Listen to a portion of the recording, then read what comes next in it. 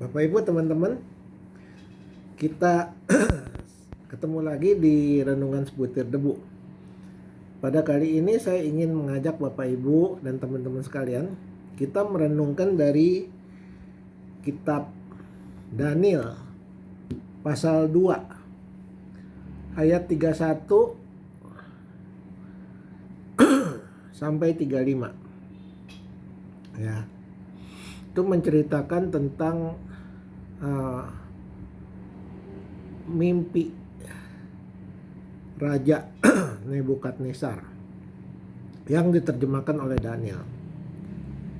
Kita lihat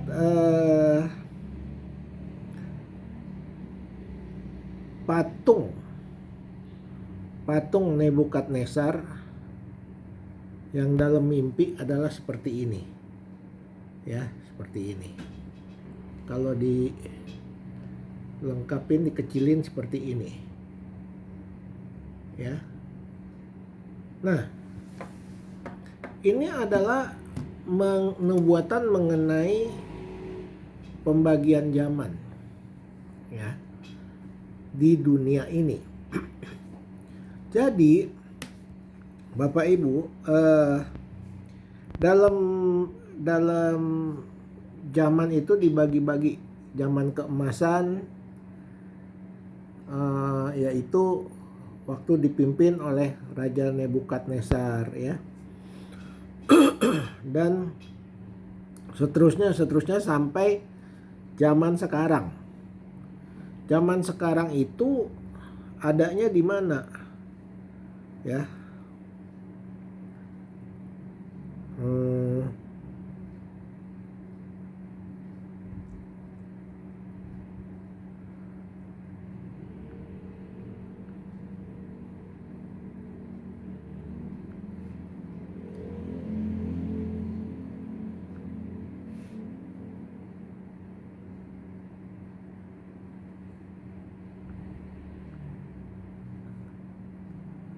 Nah, zaman sekarang itu adanya di sini, Bapak Ibu, di kaki,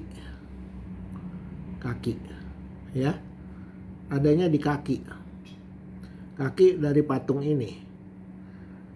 Nah, kakinya itu terbuat dari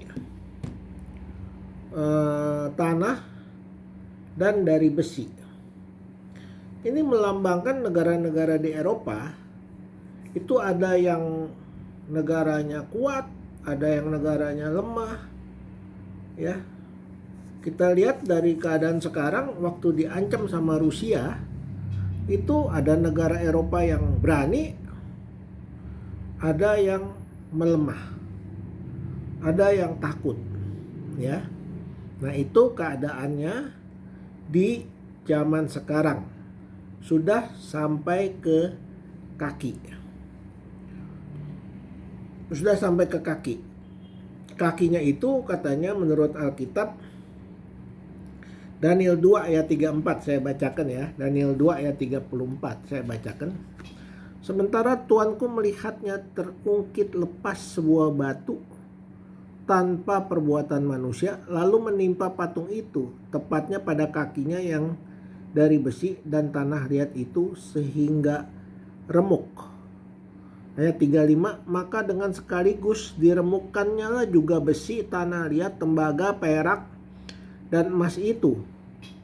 Semuanya menjadi seperti sekam di tempat pengirikan pada musim panas, lalu angin menghembuskannya sehingga tidak ada bekas-bekasnya yang ditemukan.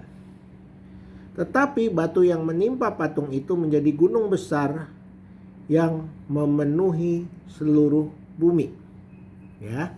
Jadi batu itu adalah Tuhan Yesus sendiri. Batu karang yang teguh. Itu digambarkan nanti seluruh dunia akan hancur. Karena Tuhan menghancurkan kerajaan dunia yang terdiri dari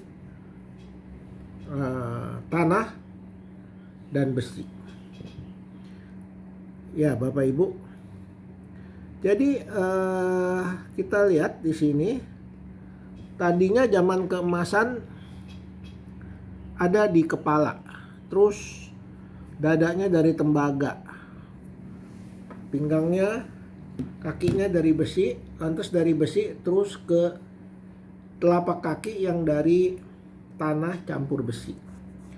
Nah, akhir zaman ada di telapak kaki, artinya sudah mau hancur. Tahu-tahu tiba-tiba ada batu yang keras menimpa patung itu, dan patung itu hancur luluh, semuanya hancur. Artinya kerajaan dunia akan hancur. Siapa yang ada di kerajaan dunia? Yang ada di kerajaan dunia adalah iblis, adalah setan, adalah Lucifer. Nah, ini nubuatan Daniel, ya Bapak Ibu. Jadi kalau kita hubungkan dengan keadaan sekarang, kita lihat negara-negara makin lama makin jahat. Sifat manusia makin jahat. Kasih makin menjadi luntur dan tidak ada damai sejahtera. Kita lihat berita-berita semuanya menakutkan. Seperti tidak ada jaminan keselamatan. Tapi bagi kita anak Tuhan, pasti ada keselamatan, yaitu dari Tuhan. Ya, di sini ditulis, ya, maka dengan sekaligus diremukkannya juga besi, tanah liat, tembaga, perak, dan emas itu, dan semuanya menjadi seperti sekam. Di tempat pengirikan musim panas, lalu angin menghembuskannya sehingga tidak ada bekas-bekasnya yang ditemukan, tapi batu yang menimpa patung itu adalah kerajaan Allah. Batu yang menimpa patung itu menjadi gunung besar yang memenuhi seluruh bumi. Ya. Karena itu Bapak Ibu, kita harus hati-hati, karena kita sudah lihat dalam kitab Matius pasal 24 itu diceritakan tentang akhir zaman. Permulaan penderitaan. Nah, permulaan penderitaan itu sudah mulai kan? Sudah mulai. Ini sebelum batu ini menimpa kaki. Ya. Nah, kapan timpain kaki? Nanti setelah zaman tribulation 7 tahun. Sekarang ada pendahuluan penderitaan. Banyak kabar-kabar perang, banyak nabi palsu, banyak mesias palsu, semua kacau-kacau, penjahat, kasih mulai luntur. Nah, itu adanya di permulaan penderitaan. Ini sebelum meterai dibuka. Meterai 1 dibuka, itu mungkin kita percaya anak Tuhan, kita diangkat dulu ke surga bersama Tuhan Yesus. Karena sulit sekali bagi anak Tuhan untuk bertahan di dalam situasi 7 tahun masa kepicikan, 7 tahun masa kesusahan. Kita akan diangkat dulu. Nah, di situ meterai pertama dibuka oleh anak domba. Siapa anak domba? Tuhan Yesus.